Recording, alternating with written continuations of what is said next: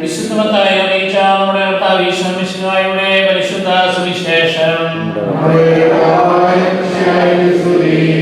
ഭൂമിയിൽ നിങ്ങൾക്ക് വേണ്ടി നിക്ഷേപം കരുതി വയ്ക്കരുത്. തുരുമ്പും കീടങ്ങളും അവ നശിപ്പിക്കും. കള്ളന്മാർ തുരന്നെടുക്കുകയും മോഷ്ടിക്കുകയും ചെയ്യും. എന്നാൽ സ്വർഗത്തിൽ നിക്ഷേപങ്ങൾ കരുതി വയ്ക്കുക. അവിടെ തുരുമ്പും കീടങ്ങളും അവ നശിപ്പിക്കുകയില്ല. കള്ളന്മാർ തുരന്നെടുക്കുകയോ മോഷ്ടിക്കുകയോ ഇല്ല. എവിടെയാണോ നിങ്ങളുടെ നിക്ഷേപം അവിടെയായിരിക്കും നിങ്ങളുടെ ഹൃദയവും. കണ്ണാണ് ശരീരത്തിന്റെ വിളക്ക്. ആകയാൽ നിന്റെ കണ്ണ് അന്യൂനമെങ്കിൽ ശരീരം പ്രകാശപൂർണമായിരിക്കും.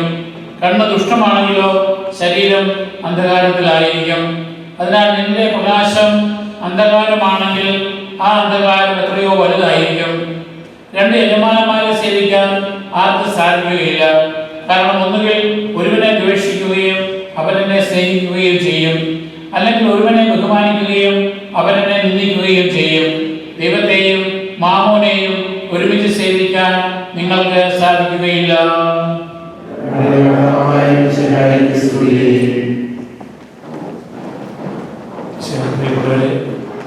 നമ്മുടെ പല ആളുകൾക്കും രാഷ്ട്രീയ കാഴ്ചപ്പാടുകളുള്ളവരാണ്. ഇവിടെയാണെങ്കിൽ ചിലർ ഡെമോക്രാറ്റ്, ചിലർ റിപ്പബ്ലിക്കൻ. കേരളത്തിൽ ആണെങ്കിൽ ചിലർ ഇടതുപക്ഷം, മറ്റു ചിലർ വലതുപക്ഷം. ഇത് ഏത് വിഭാഗത്തിൽപ്പെടുന്നു എന്നുള്ളതിനെ ആശ്രയിച്ച് കാഴ്ചപ്പാടുകളിൽ വ്യത്യാസമുണ്ട്, നിലപാടുകളിൽ വ്യത്യാസമുണ്ട്. ഫലം പുറപ്പെടുവിക്കുന്നതും അതനുസരിച്ചായിരിക്കും. ഇന്ന് ഈ സുവിശേഷത്തിൽ ഈശോ നമ്മളോട് പറയുന്നത് ചില നിലപാടുകൾ നമ്മൾ കൃത്യമായിട്ട് എടുക്കണം. മൂന്ന് കാര്യങ്ങളാണ്. ഒന്ന്, സമ്പത്തിനെ സംബന്ധിച്ച്. ഈ ഭൂമിയിലെ ക്ഷണികമായ ഈ ലോക ജീവിതത്തിൽ നമ്മൾ ഭൗമികമായ സമ്പത്തിന് വേണ്ടിയാണോ സ്വർഗത്തിലെ അനശ്വരമായ ആ നിക്ഷേപത്തിന് വേണ്ടിയാണോ നമ്മൾ താല്പര്യപ്പെടുന്നത്? മറ്റൊന്ന് കാഴ്ചപ്പാടാണ്. അതായത് അന്ധകാരത്തിന്റെ കാഴ്ചപ്പാടാണോ പ്രകാശത്തിന്റെ കാഴ്ചപ്പാടാണോ? കാരണം കാഴ്ചപ്പാടിനനുസരിച്ചാണ് നമ്മുടെ ജീവിത ശൈലി നമ്മൾ രൂപപ്പെടുത്തുക. മൂന്നാമത്തേത്, നമ്മളെ നിയന്ത്രിക്കുന്നത് ആരാണ്? നമ്മളെ നിയന്ത്രിക്കുന്നത് ദൈവമാണോ അതോ ഭൗതികമായ നേട്ടങ്ങളാണോ, സമ്പത്തും സ്ഥാനമാനങ്ങളുമാണോ? ഇത് മൂന്നാണ് ഇന്നത്തെ സുവിശേഷത്തിന്റെ പ്രമേയമായി വരിക. അപ്പോൾ ഒന്നാമത്തേത് സമ്പത്താണ്. ഭൗതിക സമ്പത്തിനെ കുറിച്ച് പറയുമ്പോൾ അത് നമ്മൾ എന്തായാലും എക്കാലവും ജീവിക്കുന്നില്ല, കുറെ കാലത്തേക്കാണ് ജീവിക്കാൻ നമുക്ക് സമ്പത്ത് ആവശ്യമാണ്. എന്നാൽ ഈ ഭൗതിക സമ്പത്ത് കൊണ്ട് വരുമാനിക്കുന്ന ലോകത്തിലേക്ക് കൂടി നമ്മൾ സമ്പാദിക്കണം എന്ന് ഈശോ നമ്മളെ പഠിപ്പിക്കുകയാണ്. കാരണം ഈ ലോകത്തിലെ സമ്പത്ത് നശിക്കുന്നതാണ്. അവിടെ ഈശോ പറയുക, നിങ്ങൾ ഇവിടെ നിക്ഷേപങ്ങൾ ഒരുപാട് കരുതി വെക്കരുത്, കാരണം തുരുമ്പും കീടങ്ങളും അവ നശിപ്പിക്കും എന്ന് പറഞ്ഞാൽ ഈ ബൈബിളൊക്കെ എഴുതപ്പെടുന്ന 2000 വർഷങ്ങൾക്ക് മുമ്പുള്ള കാലഘട്ടത്തിൽ ഇന്നത്തേതുപോലെയുള്ള ബാങ്കിങ് സിസ്റ്റമോ സ്റ്റോക്ക് മാർക്കറ്റോ ഒന്നുമില്ല. അപ്പോൾ അവര് വിലപിടിപ്പുള്ള ചില വസ്ത്രങ്ങൾ, ആഭരണങ്ങൾ ഇതൊക്കെ ഭൂമിക്കടിയിൽ കുഴിച്ചിടും. പക്ഷെ അത് കുറെ കഴിയുമ്പോഴേക്കും തുരുമ്പ് എടുക്കാം, കീടങ്ങൾ നശിപ്പിക്കാം. അല്ലെങ്കിൽ അന്നത്തെ കാലത്ത് ഭൂമിക്കൊടിയിൽ കുഴിച്ചിടും, അല്ലെങ്കിൽ ഭിത്തിയിൽ ദ്വാരം ഉണ്ടാക്കി അതിനകത്ത് വെച്ച് അത് അടച്ചാലും കാണാൻ തന്നെ വെക്കും. പക്ഷെ കള്ളന്മാർ ഇതിൽ മോഷ്ടിക്കാം, അവർ തുരന്നെടുത്തൊന്നും വരാം. അപ്പൊ അതുകൊണ്ടാണ് ആ രീതിയിൽ അത് എടുക്കുക. എന്നാൽ നമ്മളെ സംബന്ധിച്ചിടത്തോളം ഈ ഭൗതികമായ സമ്പത്ത് ചിലപ്പോൾ അപ്രതീക്ഷിതമായി തന്നെ നഷ്ടപ്പെടാം. ഒരു പ്രകൃതി ദുരന്തമുണ്ടായാൽ മതി, ഒരു ഉരുൾപൊട്ടലിൽ വീടും പറമ്പും എല്ലാം ഒലിച്ചു പോകുന്ന, എല്ലാം നഷ്ടപ്പെടുന്ന അവസ്ഥവിശേഷമുണ്ട്. അല്ലെങ്കിൽ ഒരു ഭൂമികൾക്ക് ഉണ്ടാകുമ്പോൾ, അല്ലെങ്കിൽ ഒരു യുദ്ധം ഉണ്ടാകുമ്പോൾ, ഇതൊന്നും അല്ലെങ്കിൽ നമ്മുടെ മരണത്തോടുകൂടി എല്ലാം തീരുന്നു. അതും എപ്പോഴാണ് സംഭവിക്കാൻ അറിയുന്നില്ല. അവിടെ ഈശോ പറയുകയാണ്, നിങ്ങളുടെ സ്വർഗീയമായ സമ്പത്ത് എന്ന് പറയുമ്പോൾ നിങ്ങളുടെ വിശ്വാസത്തിന്റെ ഫലമായിട്ട്, നിങ്ങളുടെ സ്നേഹത്തിന്റെ ഫലമായിട്ട്, നിങ്ങളുടെ പ്രാർത്ഥനയുടെയും ത്യാഗത്തിന്റെയും മറ്റുള്ളവർക്ക് വേണ്ടി ഔദാര്യമായി സംഭാവന ചെയ്യുന്നതിലൂടെയും നിങ്ങളുടെ സ്വർഗത്തില് നിക്ഷേപങ്ങൾ സംഭരിക്കുകയാണ്. അതുകൊണ്ടാണ് ഒരു വിഡ്ഢിയായ മനുഷ്യനെ കുറിച്ച് ഈശോ ഒരു ഉപമ പറയുന്നുണ്ട്. അതായത് ഒരുവന് ധാരാളം ഫലം ദൈവം നൽകി, ധാന്യങ്ങൾ ധാരാളം ഉണ്ടായി. അപ്പൊ അയാൾ ചിന്തിച്ചത് പാവപ്പെട്ടവരെ, മറ്റുള്ളവരെ സഹായിക്കാനല്ല, മറിച്ച് ഒരു വലിയ കളപ്പുര ഉണ്ടാക്കുക, അതിനകത്ത് മുഴുവനും സംഭരിച്ചു വയ്ക്കുക, എന്നിട്ട് തിന്നുകുടിച്ച് ആസ്വദിക്കുക. അപ്പോഴാണ് ദൈവം ചോദിക്കുന്നത്, ഇന്ന് നിന്റെ ആത്മാവിനെ ചോദിച്ചാൽ നീ ഈ സമ്പാദിച്ചു വെച്ചതുകൊണ്ട് എന്ത് പ്രയോജനം? അപ്പൊ ഇതൊക്കെ തന്നെയാണ് ദൈവം നമ്മോട് ചോദിക്കുക, ഇന്ന് ഞാൻ നിന്നെ തിരിച്ചു വിളിച്ചാൽ നിന്റെ ബാങ്ക് ഡിപ്പോസിറ്റ് കൊണ്ട് നിനക്ക് എന്ത് പ്രയോജനം? മഹാനായ അലക്സാണ്ടർ ചക്രവർത്തിയെ കുറിച്ച് നമുക്കറിയാം. ഒരു കാലത്ത് ലോകം മുഴുവനും പിടിച്ചടക്കിയ ഒരു ചെറുപ്പക്കാരനായ ചക്രവർത്തിയായിരുന്നു അദ്ദേഹം. പക്ഷെ പിടിച്ചടക്കി ഇന്ത്യയുടെ അടുത്ത് വരെ വന്നതാണ്. പക്ഷെ അതിനുശേഷം അദ്ദേഹത്തിന് അസുഖം പിടിപെട്ട് പെട്ടെന്ന് മരിച്ചു. സമ്പാദിച്ചതൊന്നും ആസ്വദിക്കുവാനായിട്ട് ആ മനുഷ്യന് സാധിച്ചില്ല. അദ്ദേഹത്തിന്റെ പട്ടാള മേധാവികൾക്ക് 4 കഷണങ്ങളായി ആ സാമ്രാജ്യത്തെ വീതിച്ചു കൊടുക്കേണ്ടി വന്നു. അപ്പൊ അതുകൊണ്ട് ഈശോ നമ്മളോട് പറയുകയാണ്, ഈ ഭൂമിയിലല്ല നിങ്ങളുടെ നിക്ഷേപം ഉണ്ടാകേണ്ടത്, നിങ്ങൾ സ്വർഗത്തിൽ അക്കൗണ്ട് തുറക്കണം. അവിടേക്ക് ദൈവം തരുന്ന സമ്മാനങ്ങൾ, ദൈവം തരുന്ന അഭിവൃദ്ധി, ഭൗതികമായ നേട്ടങ്ങളാകാം, ജീവിത സാഹചര്യങ്ങളാകാം, അല്ലെങ്കിൽ നമുക്ക് തരുന്ന അവസരങ്ങളെല്ലാം ഉപയോഗപ്പെടുത്തിക്കൊണ്ട് മറിച്ച് സ്വർഗത്തിൽ ചെന്നാൽ ഇത് നമ്മളെ സ്വീകരിക്കുവാനായിട്ട് അവിടെയുള്ള നിക്ഷേപം ഉണ്ടാകും. അതുകൊണ്ടാണ് വിശുദ്ധ ഫ്രാൻസിസ് അസീസി ചെറുപ്പമായിരുന്നപ്പോൾ അദ്ദേഹം സമ്പന്ന കുടുംബത്തിലാണ് ജനിച്ചത് എങ്കിലും അദ്ദേഹത്തോട് വീതം മുഴുവൻ ദരിദ്രർക്ക് കൊടുത്തുകൊണ്ട് അദ്ദേഹം ആ സമ്പത്ത് തിരിച്ച് മറ്റുള്ളവർക്ക് വേണ്ടി സേവനം ചെയ്യുന്നതിൽ ദൈവത്തിന്റെ ആരാധനയിൽ ആനന്ദം കണ്ടെത്തുവാനായിട്ട് ശ്രമിച്ചു. എന്നാൽ ദാനം ചെയ്യുന്നതിൽ ഒരു ആനന്ദമുണ്ട്. അത് ദാനം ചെയ്തവർക്കേ അത് അറിയാൻ പറ്റത്തുള്ളൂ.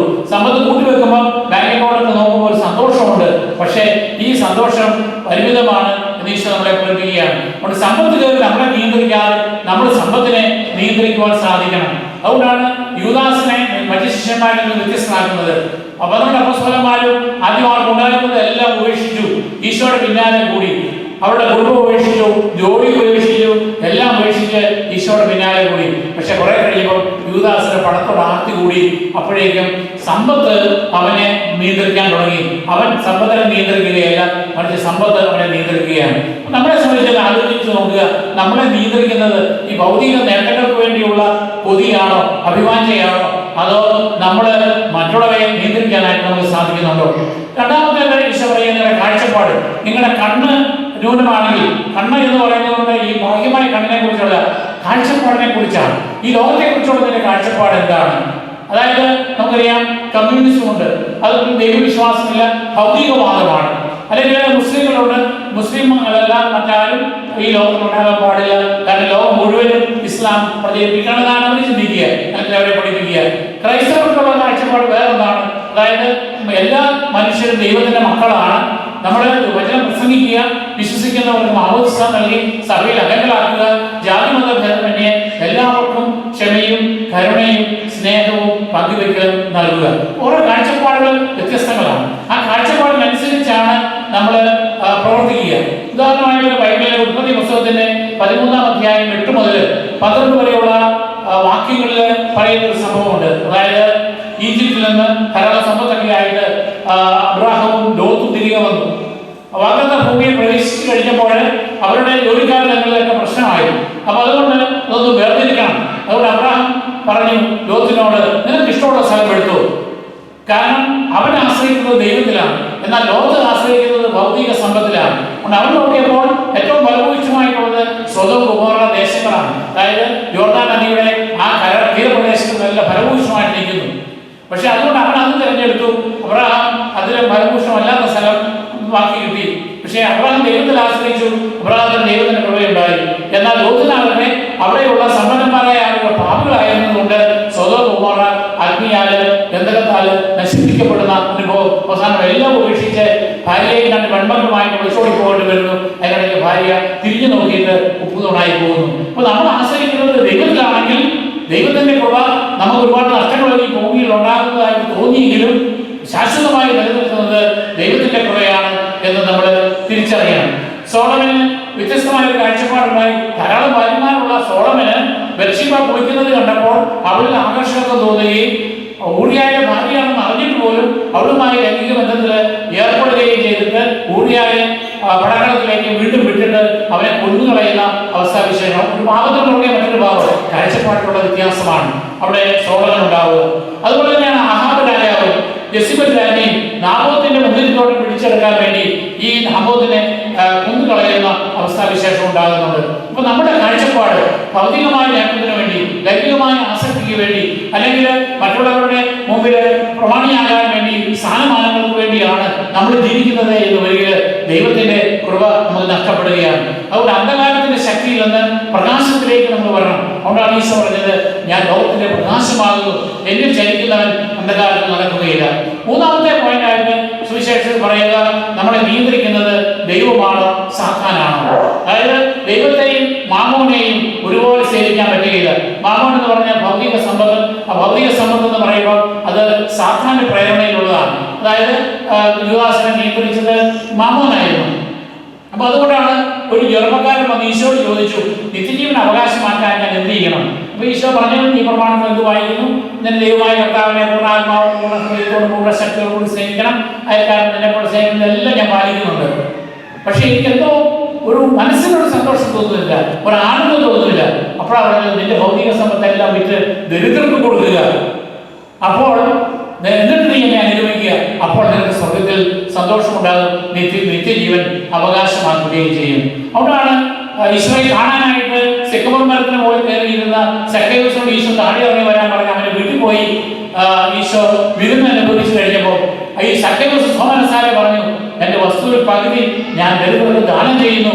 ആരുടെയെങ്കിലും വക വചിച്ചെടുത്തിട്ടുണ്ടെങ്കിൽ അന്നത്തെ നിയമം അനുസരിച്ച് 4 ഇരട്ടിയായി ഞാൻ തിരികെ കൊടുക്കുമെന്ന് പറഞ്ഞപ്പോൾ ഈശോ പറയുന്നു, ഇന്ന് ഈ ഭവനത്തിന് രക്ഷ ലഭിച്ചിരിക്കുന്നു, ഈ കുടുംബത്തിന് രക്ഷ ലഭിച്ചിരിക്കുന്നു. കാരണം അവന്റെ ഭാര്യയും അവന്റെ മക്കളും ഇവൻ സമ്പാദിച്ച കട്ടിച്ചെടുത്തതും അന്യായമായി നികുതി പിരിച്ചതുമായ സൗഭാഗ്യം അനുഭവിക്കുകയാണ്. അതുകൊണ്ട് ഭർത്താവ് അല്ലെങ്കിൽ ഭാര്യ അനീതി കാണിച്ച് മകളുണ്ടാക്കിയാൽ അതിന്റെ ഉത്തരവാദിത്വം ആ ഭാര്യയ്ക്കും മക്കൾക്കും അതിന്റെ എല്ലാ ഗുണങ്ങൾ അനുഭവിക്കുന്നവർക്ക് എല്ലാവർക്കും ഉണ്ട്. അവിടെയാണ് ഈ സമയത്ത് ഇന്ന് ഈ കുടുംബം രക്ഷ പ്രാപിച്ചിരിക്കുന്നു.